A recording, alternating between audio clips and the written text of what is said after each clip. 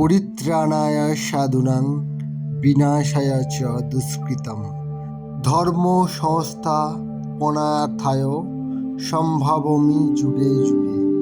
আমি কৃষ্ণ সৎ লোকেদের রক্ষা করবার জন্য, দুষ্ট লোকেদের বিনাশ করবার জন্য এবং ধর্মের পুনঃপ্রতিষ্ঠার উদ্দেশ্যে আমি যুগে যুগে অবতীর্ণ হই। মহাভারতে অর্জুনকে বলা শ্রীকৃষ্ণের এই কথার পিছনে যে ঘটনা বা কাহিনী লুকিয়ে আছে হয়তো অনেকেই জানেন। যে ভবিষ্যবাণী যা আমাদের এখন চোখের সামনে সত্যি হতে চলেছে।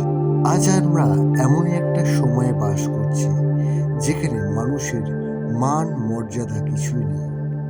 ধর্ম যেন অনেক ফিকে হয়ে পড়েছে, আর অধর্ম, হিংসা, অত্যাচার যেন ছেয়ে গেছে এই পৃথিবী। এরপর পৃথিবীতে এমনই একটি সময় আসতে চলেছে যা খুবই আমাদের কাছে ভয়ঙ্কর। এখানে মাটি ভিতর থেকে ফাটতে শুরু করবে, মেঘ ভাঙা বৃষ্টি শুরু হবে, আর আগুনের তাপে এই পৃথিবী পুড়ে ছারখার হয়ে যাবে। সেই সঙ্গে বাঁধ ভাঙা বন্যার জল সবাইকে ভাসিয়ে নিয়ে যাবে। ঠিক সেই সময় এক দৈব যোদ্ধা এই পৃথিবীতে আবির্ভাব ঘটবে, যিনি সাদা ঘোড়ায় আসবেন, সঙ্গে থাকবে তরবারি, যার এই পৃথিবীতে আসার একমাত্র উদ্দেশ্য হলো এই অন্ধকারময় পৃথিবীকে আলো করে তোলা। আমি যার কথা এখন বলতে যাচ্ছি ইনি ভগবান বিষ্ণুর দশম অবতার, অর্থাৎ কল্কি অবতারের কথা। আমাদের সময়চক্রের 4 যুগের মধ্যে শেষ যুগ হচ্ছে কলিযুগ, যেটা ঘোর অন্ধকার আর পাপে পরিপূর্ণ একটা যুগের কথা বলছি। এই সময়টা এমনই একটা সময় যেখানে সত্যকে চাপা দিয়ে রাখা হয় আর মিথ্যের জয়গান করা হয়। এই সময়ে পাপ এতটাই বেড়ে গেছে যে যেখানে ধর্ম বলে কিছুই নেই, শুধু অত্যাচার, হিংসা আর হানাহানিতে ভরে উঠেছে। লালসা, ক্রূরতা আর হিংসা, এদের মতো জিনিসগুলো মানুষকে ভিতর থেকে অন্ধ করে তুলেছে। সত্যযুগ, ত্রেতা যুগ, দাপর যুগ, এরপর আমরা এখন বেঁচে আছি এই কলিযুগে। যদি আমরা শাস্ত্রের কথা ভাবি, শাস্ত্র অনুযায়ী কলিযুগের বয়স 4,32,000 বছর, যেখানে 5,000-এর বেশি বছরও চলে গেছে। শাস্ত্রে এটাও মানা হয় কলিযুগের প্রথম 10,000 বছর গোল্ডেন পিরিয়ড, যেখানে ভালোর অনেক মর্যাদা ছিল আর সসম্মানে ধর্মেরও পালন করা হতো। এই 10,000 বছর চলে যাওয়ার পর কলিযুগে এমনই একটা সময় আসবে যেখানে মানুষ আর মানুষ থাকবে না, অর্থাৎ মানুষের মনুষ্যত্ব চলে যাবে, হারিয়ে যাবে, আর সে পশুর থেকেও অধম হয়ে উঠবে। এমনই একটা সমাজ তৈরি হবে যেখানে ভালো মানুষের কোনো জায়গা নেই, তার সঙ্গে পাপের জয়গান হবে আর সত্যেরও বিনাশ হবে। তখন মানবতা একেবারে নিচে নেমে যাবে এবং কোনো মানুষ কেউ কাউকে আর বিশ্বাস করবে না। তখন মানুষ নিজেই নিজের ধোঁকার কারণ হয়ে উঠবে, কারণ হিংসা আর লালসা আর অহংকার তাকে শেষ করে দেবে, যার পর এই পৃথিবী পুরোপুরি ধ্বংসের দিকে এগিয়ে যাবে। এতটাই খাদ্য সংকট দেখা দেবে যে লোকেদের কাছে খাবার বলে কিছু থাকবে না। জল সংকটের জন্য সমস্ত নদী শুকিয়ে যাবে আর আকাশের মধ্যে কালো মেঘের অন্ধকার চারদিকে ছড়িয়ে পড়বে। সেই সঙ্গে দ্রুত গতিতে বয়ে চলা মেঘ ভাঙা বৃষ্টি সমস্ত কিছু জিনিসকে তছনছ করে দেবে। কলি নামের এক খতরনাক শক্তিশালী অসুর, যে কিনা হিংসা, ক্রূরতা আর লালসার প্রতীক। এইভাবে এই খতরনাক অসুর যে কিনা চরম সীমায় পৌঁছে যাবে। এরকম ভয়ানক সময়ে পাপের পরিমাণ সম্পূর্ণকেও যেন ছাপিয়ে যাচ্ছে। এরকম সময়ে হয়তো আমাদের আর অপেক্ষা করতে হবে না, স্বয়ং ভগবান এই মর্তে আবার জন্ম নেবেন। তবে এখন প্রশ্ন হলো, আমাদের ভগবান ঠিক কোথায় জন্ম নিতে চলেছেন? বিষ্ণুর দশম অবতার স্বয়ং কল্কিদেব এই সংসারের কোথায় পদার্পণ করবেন তা আমাদের জানতে হবে। তবে কল্কিদেব কোথায় জন্মাবেন এই নিয়ে অনেক বিতর্ক রয়েছে, যার সমাধান কিন্তু আজও সম্ভব হয়নি। হিন্দু পুরাণে আমাদের অনেক তথ্য পাওয়া গেছে যে স্বয়ং কল্কিদেব ঠিক কোথায় জন্মাবেন। সকলেরই জানা, আমাদের যখন পাপের ঘোড়া সম্পূর্ণভাবে পূর্ণ হয়ে যাবে তখনই পৃথিবীতে অবতীর্ণ করবে ভগবান।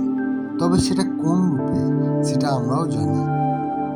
কলিযুগের শেষ সময়ে ভগবান তখনই আসবেন যখন আমাদের অত্যাচার অনাচার যে চরম সীমায় পৌঁছে যাবে, মানুষের হাহাকার কষ্ট দুঃখ যেমন বাড়বে তেমনি অত্যাচারের সীমাও থাকবে না।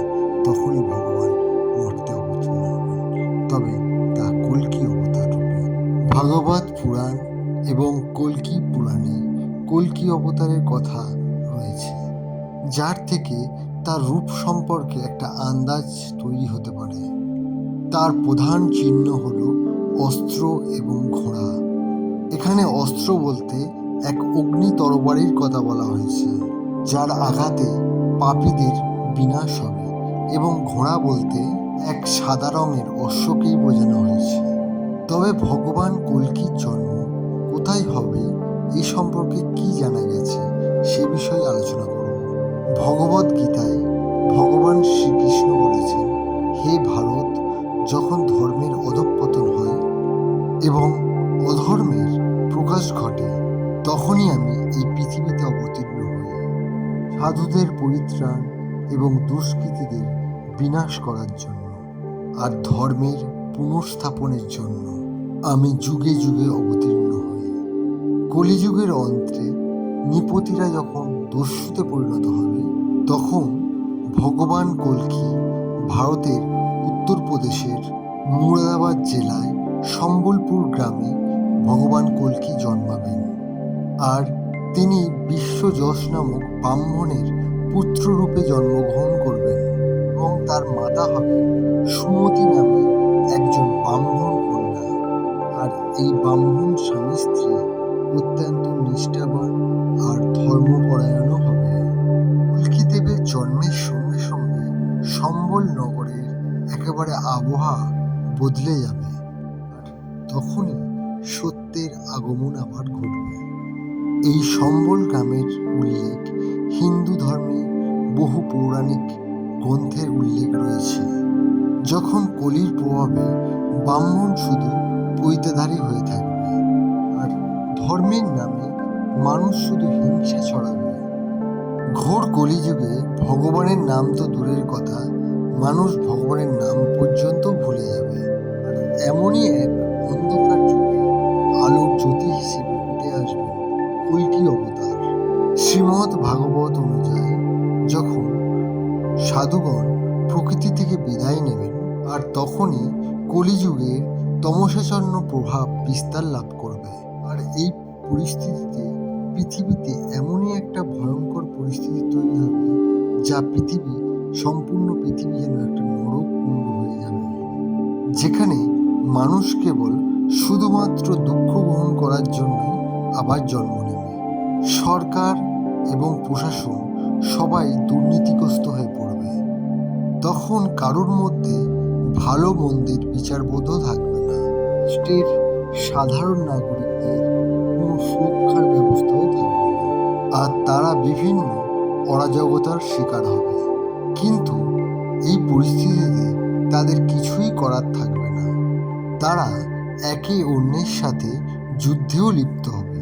পৃথিবীটা তখন শুধুমাত্র যুদ্ধ আর সংঘাতেরই ক্ষেত্র হয়ে উঠবে। সমগ্র পৃথিবীতে সত্যের পরাজয় আর মিথ্যের জয় হয়ে উঠবে। সেই সময় কল্কি দেব অশ্বের সাওয়ারি হয়ে হাতে একটা তরবারি নিয়ে পাপীদের ধ্বংস করবেন। একটা বিষয় হলো, ভগবান কল্কি যে আসছেন তা আমাদের শিক্ষা দেওয়ার জন্য নয়, ধ্বংস করার জন্য। যে বৈশিষ্ট্য ভগবান বিষ্ণু অন্যান্য অবতারের মধ্যে দেখা গেছিল না, সেই বৈশিষ্ট্য কল্কি অবতারে দেখা যাবে না। আর কল্কি অবতারের দ্বারা সমস্ত ধ্বংস হয়ে কলিযুগের বিনাশ হবে, আর সত্যযুগ আবার পুনরায় জেগে উঠবে। পৃথিবী সেজে উঠবে আবার নতুন করে। আর যতক্ষণ না পর্যন্ত কল্কি দেবের আবির্ভাব হচ্ছে, ততদিন এই পৃথিবীতে চলতে থাকবে ঘোর কলিযুগ। আজকে আমার এই মূল্যবান ভিডিওতে আপনারা জানতে পারলেন ভগবান কল্কির আবির্ভাব সম্পর্কে। আপনাদের যদি এই ভিডিওটা ভালো লাগে তাহলে অবশ্যই লাইক এবং কমেন্ট করবেন। ধন্যবাদ।